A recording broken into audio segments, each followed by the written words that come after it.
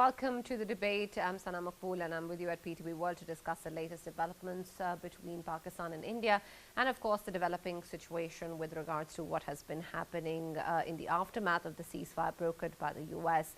We have seen that the impact of the Indian aggression and then of course Pakistan's retaliatory response and ultimate victory is something that has had far-reaching effects and impact, and this is something that has gone beyond just India and Pakistan and the region, but also the international standing that Pakistan enjoys, and of course the way that it has impacted India as well. We have seen, of course, the geopolitical stance and importance of Pakistan has improved greatly, particularly also of its armed forces in the way that they are also being viewed and credited for their marvelous victory. This is essential in terms of what has happened, and of course in the ways that our leadership is also lauding this particular strength, and that is something that the Prime Minister of Pakistan has also done recently when he visited the operational base of PAF in Kamra, and he spoke to the pilots, was given of course a detailed briefing on the operational preparedness of the Pakistan Air Force, and of course the monumental role that they played in the recent conflict with India. We've also seen, of course, the ways in which the Prime Minister has very clearly said that anything that is targeted towards Pakistan, particularly Indian aggression, unilateral, baseless allegations, is going to be met with full force. And we've seen that happen on multiple fronts, not just, of course, in terms of Pakistan's own military response, but also in terms of Pakistan's diplomatic response and standing, which is essentially very, very important, and of course also impacts the way that Pakistan's importance has enhanced in the region, and of course in terms of the ways that it has also created a difference in the ways that the countries around the world are looking at India and their own standing with them as well. So we're going to be taking a look, of course, in terms of Pakistan's own military response and the strength that it adds to our armed forces personnel, and also in terms of the country and its standing, particularly, of course, the ways that we're going to be now interacting with countries like the US, China, and others who have stood by for Pakistan. And so we're going to be taking a look at what that means, and also essentially how it marks a difference or a standing point away from what was the status quo before this war. That is going to be the focus of our show today. For this and more, as always, in the studios, joined by senior analyst Farrukh Pitafi and Faisal. We've also been joined online by former Ambassador Dr. Jamil Khan. Thank you very much, Dr. Jamil, for joining us and being a part of the discussion. And of course, I'd like to start with you with reference to the aftermath of this monumental victory of Pakistan, particularly, of course, the importance that the Air Force played, along with, of course, the Navy and the Army. But I want your take in terms of the ways that has impacted Pakistan's credibility of its military might, and as a regional power, which seemed to be something that India was always boasting about, particularly also the way that it has spent on a lot of defense equipment. But we've seen that a lot of those tables have turned. But I want your take in terms of how much do you believe that the impact has existed in terms of the geopolitical standing of Pakistan, and then, of course, its defense capability in particular. In the nation states, it's the power which matters. Nation states, the powerful nation, it prevails. And in this case also, Pakistan was underestimated by India. And once this clash or this battle was, or this fifth war with India, once it proved that even despite the numerical number, which is lower, despite the fact that India has about 636 aircraft with them, and Pakistan 300 plus aircraft, despite the fact that India has about $80 billion allocated budget to its military, and Pakistan about $10 billion only, the Pakistan has set its benchmark. Now, what victory Pakistan has attained is going to be textbook teaching in various academies.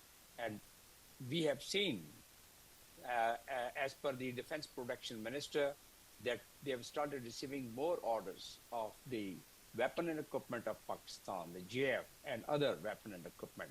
So that is one testimony of what Pakistan has attained after this war, which we had this very short, crisp war. And this achievement, what they have had, is definitely going to have its impact on the geopolitical landscape of the. Absolutely. Ambassador Sab, I'd request you to pause there. We're going to take a short break and I'll come back to you to complete your thoughts.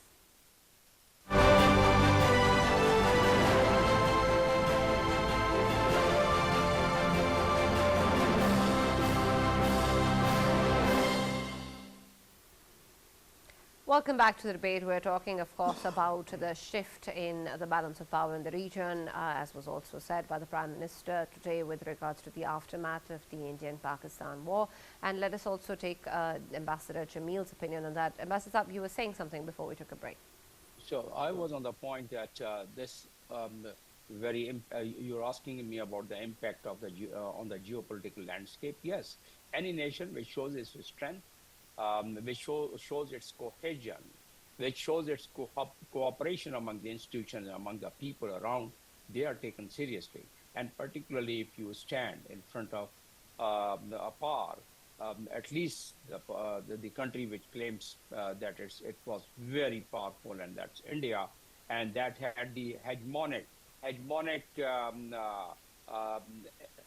design in the entire region.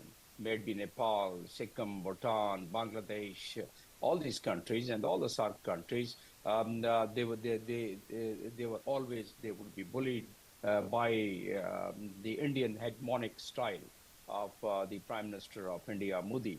So they thought probably Pakistan can also, with this kind of a misadventure and this kind of initiation of a conflict in contravention of the international law, which is affecting and impacting the integrity and the territorial integrity and the sovereignty of any country. So that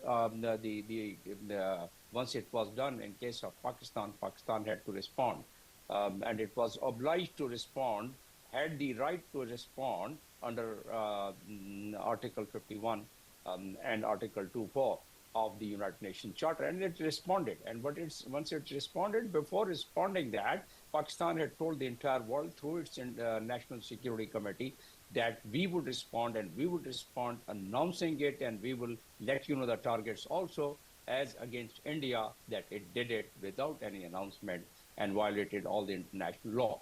So once that was established, and once people saw that after the World War II, rather, it was the biggest dogfight war among the aeroplanes. And then once the world saw that how the technology and the manpower, human resource, with the resolve, with the actual feeling that they can fight an enemy which claims to be a more powerful, bigger enemy. And then once they found that those planes, which were the pride of the world, that it has never fallen down, it has never lost. So they saw what happened. So all these factors, what I'm just enumerating, it attributes to one thing, that it has made the image of Pakistan much higher, and the Pakistan image, Pakistan recognition, in terms of its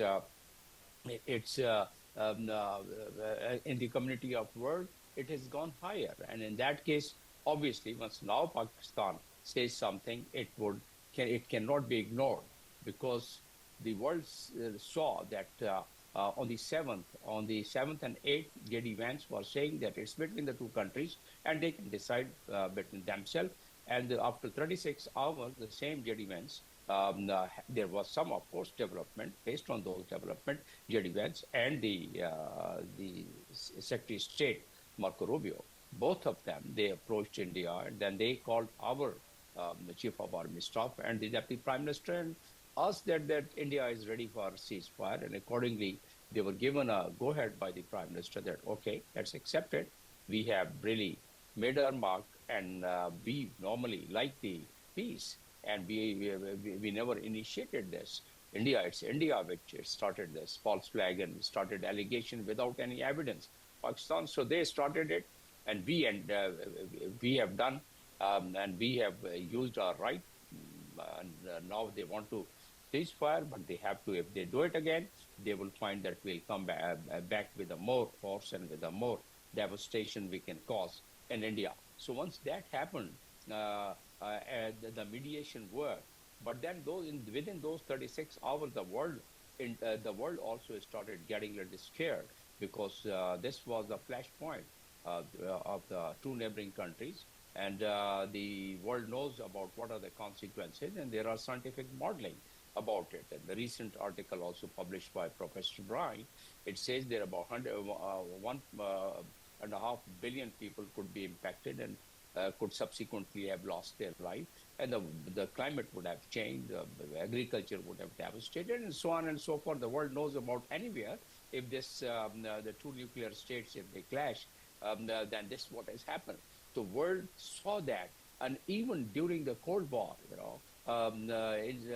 never it happened that the two countries, Soviet Union and the United States, they could come so close and they could fight a war. But this first time in the history of the world, what happened in 1999 was a different story after one year after the explosion by India and Pakistan. But this was the actual serious one. And then that's the reason, and that is one of the major attributing factor that the world, they started getting alarmed. But before that, Pakistan had done a kind of a diplomatic work and had such a transparent communication with the community of world that, okay, if India is making allegation, any country can make allegation against any other country, any individual can make allegation against another individual, but the onus lies on the person who is around the country which is alleging another country. So in this case, Pakistan was very transparent and had really lauded it to the entire world that we would really like the evidence, and if India has any evidence, Pakistan would be willing to act on that. But without any evidence, making that allegation, making a ground for an aggression, that would not be tolerated, and Pakistan did prove that it was not tolerated in Pakistan. So once you have an edge, once you have broken the supremacy, once you have broken the hegemonic design of a country, that to India, right? So then after that, of course, we would like peace in the entire region. We would like the region should progress and prosper. We would like that there should be absolutely. peace And and Ambassador Sam, prosperity. I'm glad you said that because, right, that's an important aspect. And I'll come back to you to discuss about the issue of Kashmir again.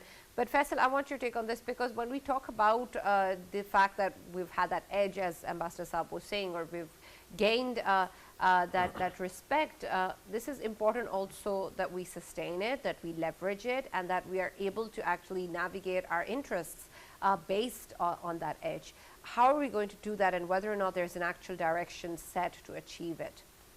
Yes, and obviously, when we talk about a country like India, and of course Pakistan has always been facing India, reason being Indian hegemony, which India wanted to maintain in the region. Of course, it wanted to prove a hegemon on Pakistan as well. In past, of course, we have repelled that try of India, and this time around, once more, we have actually shown a right mirror to the Indians.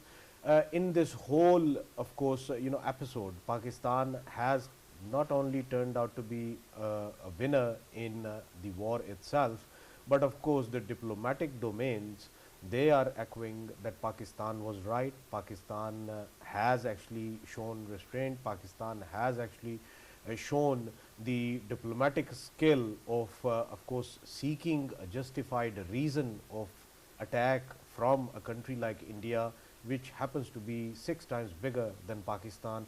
And of course, when it comes to Pakistan repelling it, utilizing its right to defend itself against India, Pakistan has been successful, and diplomatically as well, Pakistan has of course kept its narratives straight enough, and I think it is being hailed by throughout the world, and that is why we are seeing that the diplomatic channels, they are of course they are coming towards Pakistan more and more rather than India. Reason being, they know that Pakistan has been simply utilizing its right to defend itself, and Pakistan did not want a war. War was being imposed on Pakistan. So far, of course, Pakistan's direction is clear that Pakistan does not want a war, and if India brings a war on Pakistan for whatsoever reason, be it their reason to be BJP as a political party trying to garner more support and vote on the ground, be it some other reason in case that India wants to be a hegemon and wants to, of course, completely show that it is a hegemon on all of the neighboring countries except China, and wanted to, of course, prove it against Pakistan as well. And if it might be a reason that it's a justified challenger to China in the region, and all of them reasons, of course, they have been proven wrong.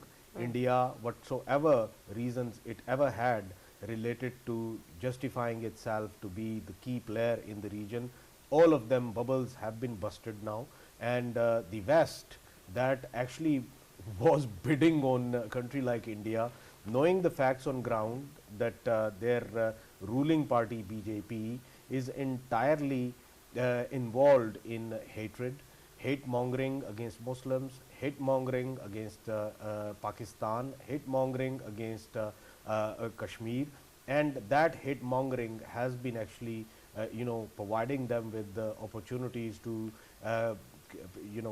form a government again and again, and still since 2014 they have been ruling in New Delhi. And when it comes to, of course, overall Pakistan's position, Pakistan has maintained itself in the past as a country that believes in dialogue, as a country that believes in in peace rather than the war. In past, Pakistan kept on saying that Kashmir is the bone of contention between both of the countries, and Pakistan wants a resolve to it. Of course, India started saying and claiming that it's none of anyone else's business. It's just entirely India itself, its business. Reason being, they started saying that after the abrogation of 370 and 35A, they started claiming that Kashmir is entirely their own business and nobody else's business. But now, of course, Pakistan has dragged India back to where it belonged, and dragged India's position in a way. We have been seeing that in recent past, India has been weighing itself to be one of the mightiest powers of the world. Suddenly they started claiming it. Now we have just simply shown them their actual place, and I think this is what they belong, and the world has come to terms with it, that the India they have been bidding on related to keeping China busy in the region, especially in South China Sea. Of course, they have realized that this is not the case. India, with all of its manners they are brewing in their own country in terms of politics and the dirty politics they play in their own country, I don't think the Western countries or the world powers would ever trust a country like India in terms of diplomacy, in terms of business, in terms of enhancing their power, because if they keep on doing that, of course, it's a constant threat for the region as well. Reason being, a country like India that is being ruled by hate-filled politics, that country can initiate war without any reason, like they tried to do it this time around, and of course they got gobsmacked, and until they were gobsmacked, they kept on showing to the world that they can do it, Modi can do it, and Modi will do it. And until they had a reply from Pakistan, of course they maintained it. Later on they started saying Pakistan ne hum pe hamla kar diya, like Pakistan attacked us back. What do you expect from Pakistan? If you would be, of course, challenging Pakistan's territorial integrity, this is what you will get. This is what you will get from any country, I must say. Absolutely. And in the world, wherever there is a big country right next to a small country, if the big country is going to challenge the challenge the integrity, territorial integrity of that country, of course, I expect from that smaller country to do the same what Pakistan has done with India right now. And I think this is what the equation should always be about.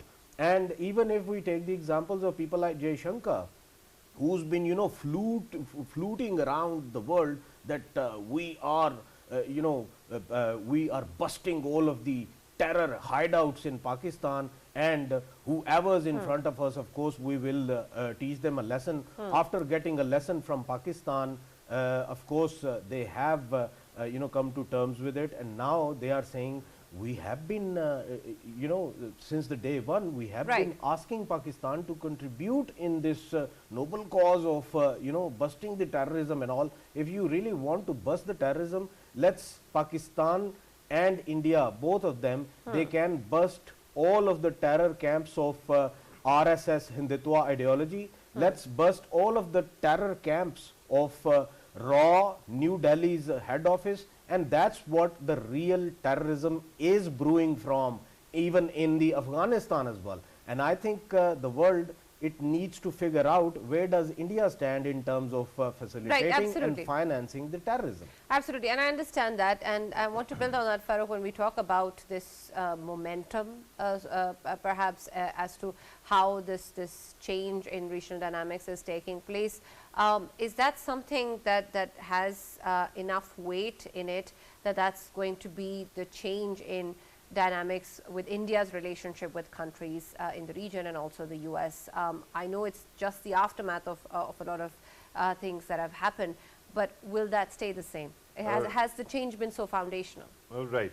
Thank you very much, Sana. I think that is a very good question, and everybody seems to be asking that question, that whatever the circumstances, India seems to be licking its wounds, but whether it will be the new normal, that India, the way the world has reacted to India's excesses, that will hold or not.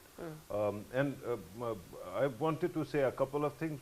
I hope you don't mind, but I'm going to exactly come back to this question. Earlier, Faisal was saying that India is big. Let me correct that. India is not big. India is fat, unhealthy, inefficient. And that's why they seem to not be able to perform. And that is exactly what was exposed. And people actually, keep on confusing the horizontal size with the vertical one. So that is that. Regarding, today's efficacy, today's importance, I think that we should all be thanking our military forces, armed forces, our leadership, civil and military, for their stance, for their support and their efforts, because on that fateful Saturday, Sana, when Noor Khan was hit, at that time there were rumblings of other voices, noises coming from the sky, and for a few hours at least, a person like me was thinking that maybe the next sound you hear might be actually an explosion that comes with a mushroom cloud, or the next heat wave that comes might actually be radiation. So this kind of madness was stopped in its tracks by our armed forces, and we should be grateful. Now, India's ability to burn through this kind of tight spots is legendary. But what I will request all my Western and international friends is not to turn on their TV sets just now, because the actual party is just beginning. I was listening to India's new national anthem, which is Everything Sucks by Vault Boys. And while listening to that, I was thinking that maybe India will start actually working on optics, at least to show that India was good and is a nice country. It doesn't seem to be happening, right? What they have done, their ministers actually, Madhya Pradesh ministers, they actually started attacking Sophia Qureshi, the spokeswoman of army, and they called her the sister of terrorists. By terrorists they mean Muslims, and by Muslims they mean Pakistan. So they called her. By the way, I believe in fraternity of human beings, so I will also consider Vyamaka Singh, who was sitting right next to her, also my sister, right? And I will respect anybody who actually serves their country with dignity. But this essentially shows that when they named Operation Sindoor, the operation of whatever that mistake was, they called it Operation Sindoor, it did not come from the place of concern for women who lost their husbands, but it was essentially a misogynistic attempt to effeminize the enemy, right? And that is us. When the world actually raised its eyebrow immediately after that, they started coming up with the other spin, and they found Sofia Quraishi because she was Muslim, she was an army officer, and she was a woman, and Biyamaka Singh as well. But that actually shows you where India is at right now. And India will continue to do exactly that. Because of this, the ability of the world to allow this kind of correction is gone out of the window, right? The world is tired. Five Eyes have seen what India is capable of on their turf. So they are not actually big fans. Similarly, this confrontation between India and Pakistan has exposed India's fragility. That will also take care of these matters. Now, the question everybody keeps asking me is whether India will try to actually mount another operation. I will remind you of 2 or 3 very important things, Sana. One, when Abhinandan was arrested, after that, they haven't actually dared to send another pilot in Pakistan's airspace, right? Why? Because they cannot, and I'm talking about not the soldiers. Soldiers are suspect their professionalism. They have, the political elite have not, they don't have the kind of courage that is needed. But then after what that happened, Rafael were shot down, their planes were shot down, then they actually grounded their human complement of planes, and they resorted only to missiles and drones. And they were also, defeated by Pakistan. So one thing is clear, you have really a bunch of extremely noisy, misogynistic, xenophobic, Islamophobic, Christianphobic, Judaism-phobic, jerks sitting in India. And they keep on framing the narrative, but for the first time, because India has exposed all its weaknesses and the kind of mental place it is, because of that, the world doesn't seem to be ready to allow the worming out of this tight spot. And for that matter, in coming days, you will see the media will get madder and madder. Their political class will not have anything proper to say. Rajnath Singh actually, remember India's media was reporting that some kind of radioactive leak happened in Pakistan as a result of the operation. IAEA had to come out and actually rebut that claim. Yeah. And then Rajnath Singh immediately does what? He says, IAEA, take Pakistan's nukes away. Yeah, like that is going to happen. Come on, man, you were the ones who were rescinding their no first use policy. With this kind of madness, the world has seen India for the paper tiger it is, for the bully it is, which cannot sustain itself.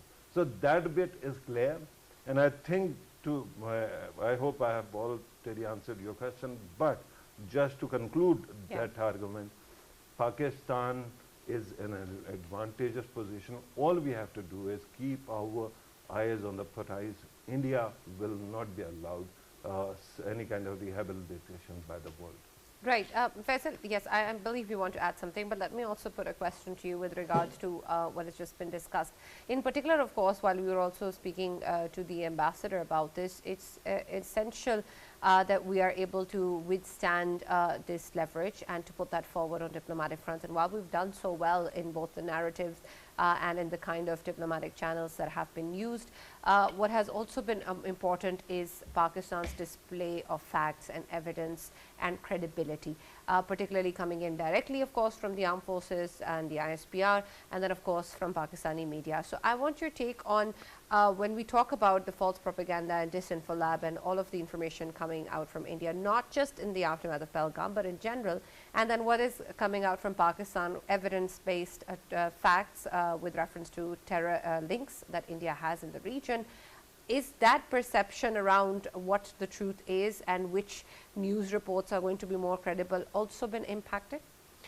Yeah, obviously, Sana, when we talk about whatever has happened this time around after Pahalgam attack, of course, one thing is for sure that India has lost credibility as, as a media.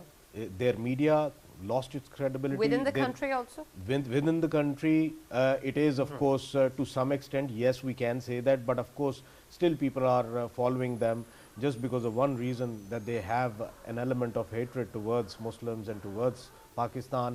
And when it comes to overall throughout the world, of course, their stance, it has been considered as the fake news, nothing more than that. And overall, if we look at India as a state, credibility of India as a state, it's gone.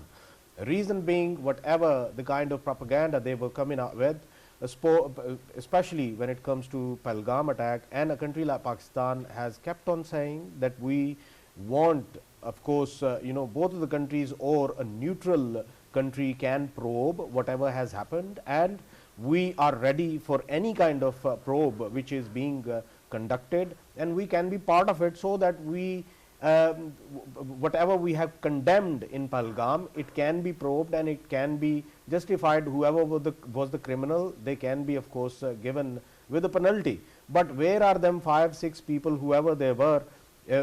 They conducted this activity 400 kilometers away from line of control. How did they reach there? If India keeps on claiming that, of course, Pakistan was behind it, how did they reach out there? Who helped them to get there? And from there, where did they go? Where did they vanish?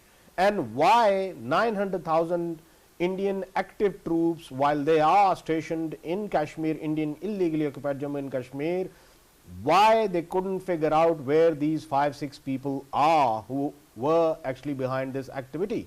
And the world has thousands of questions to ask India, and they are not getting a single reply from India. Not even their Quad friends, even they have been asking them questions about it, and they didn't come up with any of the answers, and that's why we couldn't have any statement coming from the Quad forum. And even the Quad countries, they did not extend any of the statements related to whatever happened in Pahalgam. And of course, if it comes to condemnation of that incident, of course, Pakistan was one of the first countries who actually condemned whatever had happened in there, because the civilian lives, they were involved in that. But overall, the situation, of course, it is as such that whatever the propaganda, whatever the diplomatic stance India was maintaining, now the West and the world would be, of course, scrutinizing whatever comes out of India, because now world has realized that India is running the country, a massive country like India. India is being run by an ideology that has an element of hatred towards a group of people, a nation, and of course a religion. And when the situation is as such, of course, all of the countries would be taking it very seriously, whatever comes out from India. When earlier Farrukh was highlighting about IAEA, I am glad that Farrukh has highlighted that. In that context, of course, when Rajnath Singh ji gives sort of a statement and seeks IAEA to take the nukes from Pakistan as if it's Khalaji ka ghar, and they can do anything, whatever India says. Why would they? Right now, of course, whatever India is saying, it is being badly scrutinized by the Western countries, including IAEA. I think there is another thing which IAEA need to probe when it comes to India. India is the very country where more than 40 recorded incidents, I'm saying recorded incidents. Why? Because their own police authorities and investigation authorities had been lodged with an FIR of missing uranium from the Indian nuclear sites. And uranium, which was like half kg uranium, 1 kg uranium, 2 kg uranium, it was being sold in the black market, and people who work in these places,